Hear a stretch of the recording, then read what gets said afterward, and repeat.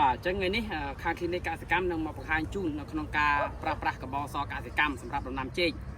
អញ្ចឹងហេតុអីបានយើងចាំបាច់ប្រើកបសកសិកម្មយើងដឹងស្រាប់ហើយថាកបសមានតួនាទីសំខាន់នៅក្នុងការរក្សាលំនឹង pH បន្សាបជាតិអាស៊ីតក្នុងដីបំផ្លាញនិងសម្លាប់បាក់តេរីនិងមេរោគមិនល្អបំផ្លាញនិងកម្ចាត់នៅពួកប្រភេទពងនិងសត្វល្អិតផ្សេងពួកចាយពួកផ្សិតពួកក្រាជាពិសេសទៀតនោះ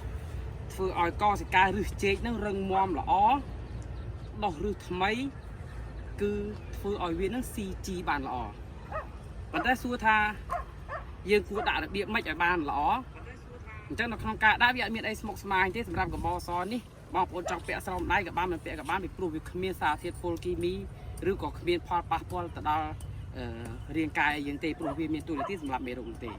ប៉ុន្តែបើសិនបងប្អូនខ្លាចប្រឡាក់ដែរបងប្អូនពាក់ស្រោមដៃក៏ពាក់ចោះអញ្ចឹងយើងធ្វើការបាទបាសជុំវិញទៅបាទហើយកបសនេះយើងចង់ដាក់បរិមាណឧទាហរណ៍ថាជើងយើងមកគុំបើសិនបើជើងយើងខ្សោយខ្លាំងយើងអត់ដែលបានដាក់សោះយើងគួរដាក់មួយដើមប្រមាណជា1គីឡូក្រាមឬក៏យើងអាចនិយាយបានថាស្បះមកសល្មមពេញផ្ទៃដីបែបនេះមកបាទគឺយើងស្បះបែបនេះមកបាទព្រោះកបសវាមានទម្ងន់ធ្ងន់ដែរយើងស្បះមក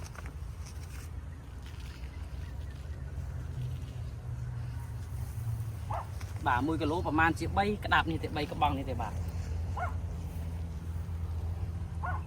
ចឹងដល់ពេលបងប្អូនស្បះបែបនេះសម្រាប់ចំការដែលធ្វើជាលក្ខណៈស្តង់ដារយើងអាចធ្វើការស្រោចទឹកមកឬក៏អត់មានប្រព័ន្ធស្រោចជាពិសេសជីណាំវ៉ាមានទឹកស្រោចអញ្ចឹងយើងគ្រាន់តែបាចអញ្ចឹងរួចហើយពេលវាត្រូវភ្លៀងត្រូវមានសំណើមអញ្ចឹងវាក៏ជ្រាបរលាយទៅធ្វើឲ្យចេកយើងនេះល្អតែម្ដងហើយបើសិនបើយើងធ្វើជាលក្ខណៈស្តង់ដារមកបន្ទាប់ពីយើងបាយកបសនេះបានរយៈពេល7ថ្ងៃទៅ10ថ្ងៃយើងធ្វើការដាក់ជីចុះ